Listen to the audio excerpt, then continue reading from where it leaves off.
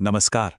कभी सोचा है कि जब हम किसी मुश्किल फैसले के दोराहे पर खड़े होते हैं तो सही और गलत के बीच का रास्ता कैसे चुनते हैं?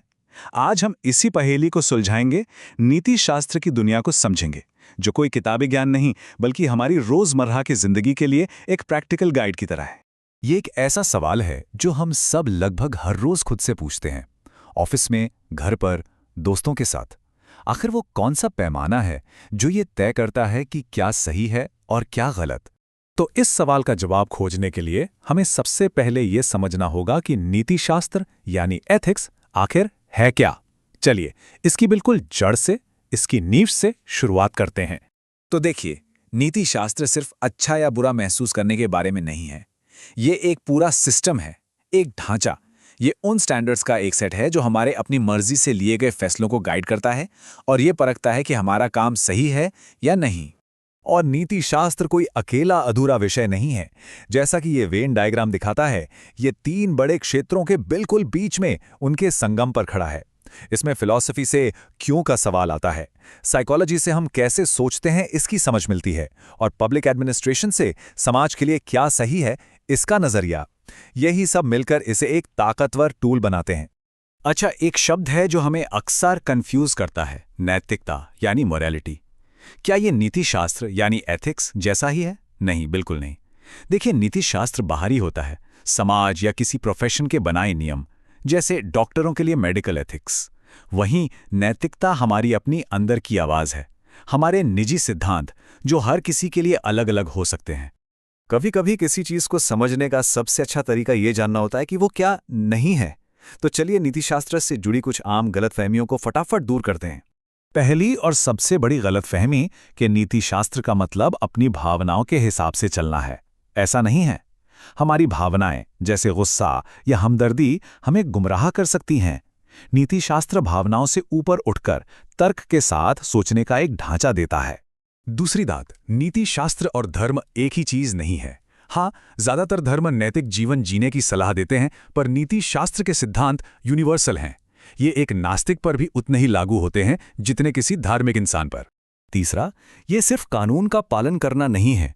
इतिहास गवाह है कि कई कानून खुद अनैतिक थे, जैसे कि अतीत में गुलामी से जुड़े कानून।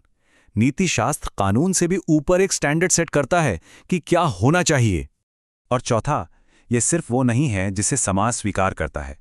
कभी कभी तो पूरा का पूरा समाज ही नैतिक रूप से गलत रास्ते पर हो सकता है, जैसे कि पहले के समय में जाति आधारित भेदभाव। नीतिशास्त्र हमें उन सामाजिक मानदंडों पर भी सवाल उठाना सिखाता है। तो अब जब हम समझ गए हैं कि नीतिशास्त्र क्या है और क्या नहीं, तो असली सवाल पर आते हैं। मुश्किल हालात में फैसला कैसे लें? इसके लिए फिलोसोफर्स ने हमें एक टूलकिट दिया है। इसमें 3 अलग अलग नजरिए हैं, जिन्हें हम किसी भी समस्या को परखने के लिए 3 अलग अलग लेंस की तरह इस्तेमाल कर सकते हैं। हमारा पहला लेंस है परिणामवाद। इसका फंडा सिंपल है, किसी भी काम को उसके अंतिम परिणाम से आंका जाता है। वो फैसला सही है जिससे ज्यादा से ज्यादा लोगों का ज्यादा से ज्यादा भला हो। इस सोच को हम अक्सर इस मशहूर कहावत से जानते हैं, the end justifies the means. यानी अगर नतीजा बड़ा और अच्छा है तो उसे पाने के लिए अपनाया गया रास्ता भी सही ठहराया जा सकता है। जैसे मान लीजिए, एक हाईवे बनाने के लिए कुछ किसानों की जमीन लेनी पड़ती है, जिससे उन्हें दिक्कत होती है। लेकिन अगर उस हाईवे से लाखों लोगों का सफर आसान होता है तो परिणामवाद के हिसाब से ये एक नैतिक फैसला है, क्योंकि नतीजा बड़े जनहित में है। अब देखते हैं दूसरा लेंस, कर्तव्यशास्त्र। ये परिणामवाद के एकदम उल्टा है। यहां सारा फोकस परिणाम पर नहीं बल्कि कर्तव्य और नियमों पर होता है। ये कहता है कि कुछ काम बस सही हैं और कुछ बस गलत, और नतीजा चाहे जो भी हो, हमें अपना कर्तव्य निभाना ही चाहिए। यहां पे सारा फोकस एक्शन पे है, आउटकम पर नहीं। लक्ष्य से ज्यादा रास्ता पवित्र होना चाहिए। कुछ नियम ऐसे होते हैं जिनका पालन हर हाल में किया जाना चाहिए, बिना किसी अगर मगर के। इसका एक बेहतरीन उदाहरण सोचिए। एक पुलिस अफसर किसी आतंकवादी को पकड़ने के लिए एक बेगुनाह इंसान को अपनी ढाल नहीं बना सकता।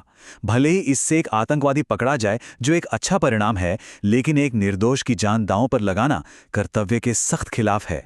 और हमारा तीसरा और आखिरी लेंस है सद्गुण नीति शास्त्र।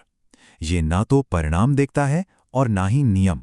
ये सीधे फैसला लेने वाले इंसान के चरित्र पर फोकस करता है। इसकी सोच ये है कि अगर हम अपने अंदर ईमानदारी, साहस और करुणा जैसे गुण विकसित कर लें तो सही फैसले अपने आप आएंगे। हमें बाहर से किसी नियम की जरूरत ही नहीं पड़ेगी। इसका एक शानदार उदाहरण है, एक अफसर रिश्वत लेने से सिर्फ इसलिए मना नहीं करता कि उसे पकड़े जाने का डर है, बल्कि इसलिए क्योंकि ईमानदारी उसके चरित्र का हिस्सा है। फैसला उसके अंदर से, उसके सद्गुणों से आता है।